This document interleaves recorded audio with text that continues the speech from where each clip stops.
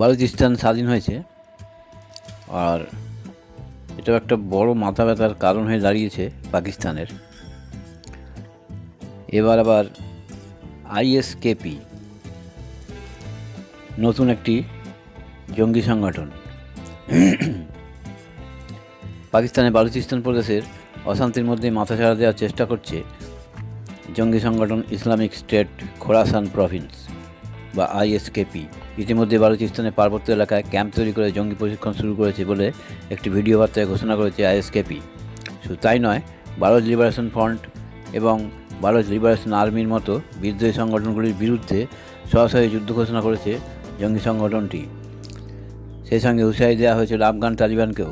গত রবিবার পশতু ভাষার প্রকাশিত প্রায় 36 মিনিটের ওই ভিডিওতে আইএসকেপির মিডিয়া শাখা আল আজিম ফাউন্ডেশন প্রায় জানিয়েছে 30 জন জঙ্গিকে হত্যা করেছিল বালুচ বিদ্রোহীরা মাস দুয়েক আগে মাস্তাং জেলায়। এই জেলায় ক্যাম্প ছিল আইএসকেপির।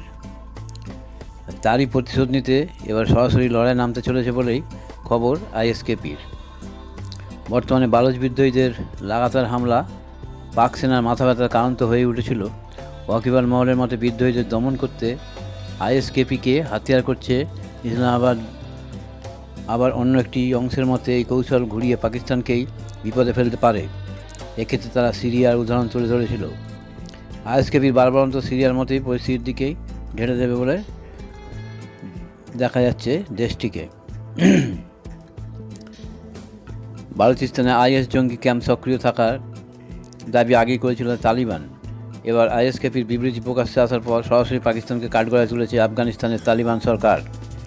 পাক সেনা ও প্রশাসনের মদতেই ওই জঙ্গিরা আফগানিস্তানে নাশকতামূলক কর্মকাণ্ড চালাচ্ছে বলে দাবি করেছে আফগান তালিবানের মুখপাত্র জবিউল্লাহ মুজাহিদ।